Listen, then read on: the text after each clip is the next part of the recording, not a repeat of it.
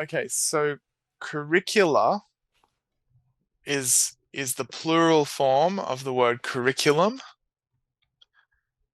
Curriculum is a whole course of study for a particular group at a particular level. So, a Bachelor of Engineering, Bachelor of Mechanical Engineering has a curriculum.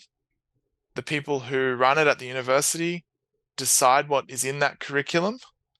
And then each of the classes that you take in that bachelor has a syllabus, which is what's in that class. So a curriculum belongs to a whole program, a syllabus to an individual class. Curricula is plural. Curricula are all of the curriculums, we might say, for students, in this case, school students. Yeah. Maths curriculum, a language curriculum, history and geography curriculum. Yeah. Okay, um, so there's a in this sentence there's a contrast. States have moved to replace bad things, but it's harder to decide what the good things are that should replace them with. They should replace them with. So, weak instructional approaches means ways of teaching that are not very good.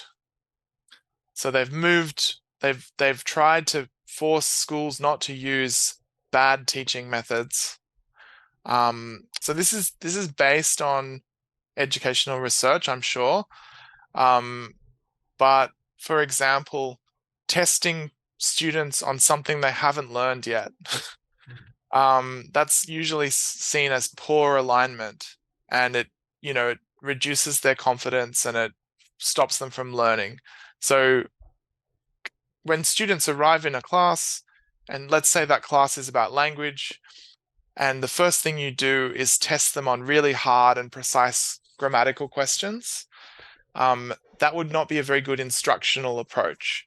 What you'd more likely want to do is choose a few grammatical ideas, expose them to those in authentic examples, explain them, then set them off to look at some examples of their own, then test them at the end. That would be a stronger instructional approach. So your teaching and your assessment are aligned. They're designed to build confidence, to gradually build knowledge. So I think that's what they have in mind here. All they're saying is that it's easier to know what we shouldn't do than it is to know what we should. So figuring out, to figure out is to puzzle over, or to maybe to investigate and decide what they should do instead. And they're saying that that process, figuring that out or deciding, is actually harder than knowing what to stop. Okay, so firstly, education is an intensely politicized space, at least in Australia, and certainly in places like the United States.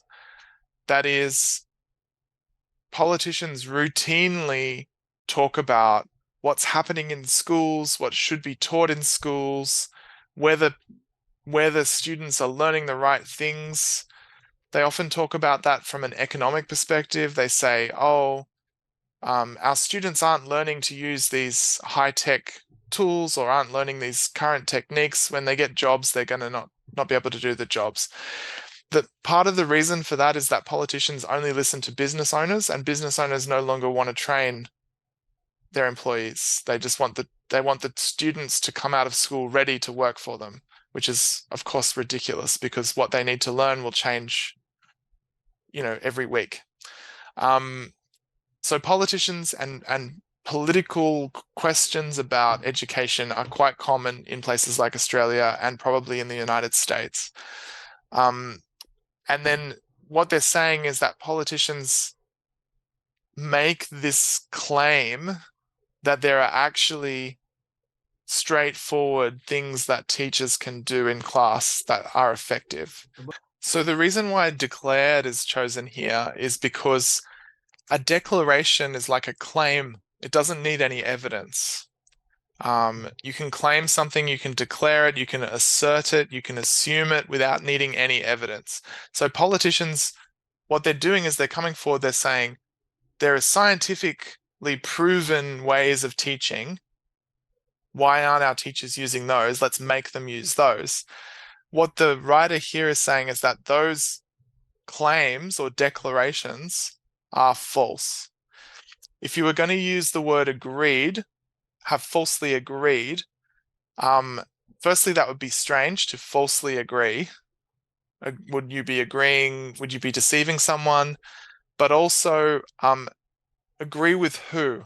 Agree with, because the writer hasn't put forward an idea yet, really. So, or put forward, they've said that there actually aren't easy answers. And so politicians couldn't agree with that, really, because they're saying the opposite. They're saying actually that there are easy answers. Science has already shown us what they are.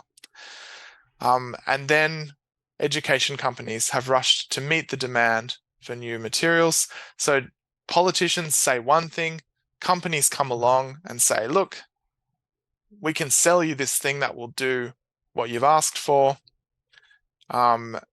And school districts are just supposed to buy that. I think the fact that it says school district to me implies that this is written in the United States. In Australia, we talk about catchment areas. We talk about schools take students from within a geographical area. We don't talk about districts. So politicians are saying there's an easy way to teach. You should use this. Companies come forward and say, yeah, look, we can sell you the materials so that you can do what politicians are telling you to do. And the schools are supposed to just buy that. So I got it. So It could be everything from a whole curriculum that is documents, teaching materials, syllabuses, audio-visual material. It could be an app. It could be textbook. It could be lots of different things that they try and sell. So, for example, at my child's school, there are two apps that they use for homework. One of them is the homework for maths, and one of them is the homework for language. And those are both made by companies for profit. In that case, the school itself has some choice over which ones they can use, but they have to be vetted by the state government. So the state says you're allowed to use these using some of this funding if you think that they suit your students' needs.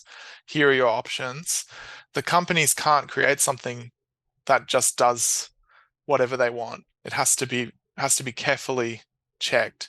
In the United States, I think it's much more of a free-for-all. That is, I think a school district, people can influence that district. Maybe local politicians can influence the decisions that that district makes much more easily. So to concentrate is to draw disparate things together. So to falsely concentrate that something doesn't quite make sense here. so we cannot You, use concentrated here. no. So if you could say that politicians have mistakenly concentrated on science-backed alternatives, that is, they've given their full attention to those, and that doing that is a mistake. But you would have to change a number of things. You'd be changing the meaning quite substantially. And also, as you mentioned, we have to use on after concentrated. Yep. Unless they were actually, I don't know, doing some kind of chemical process where they concentrate, they boil down something into a concentrate. Great. Yeah.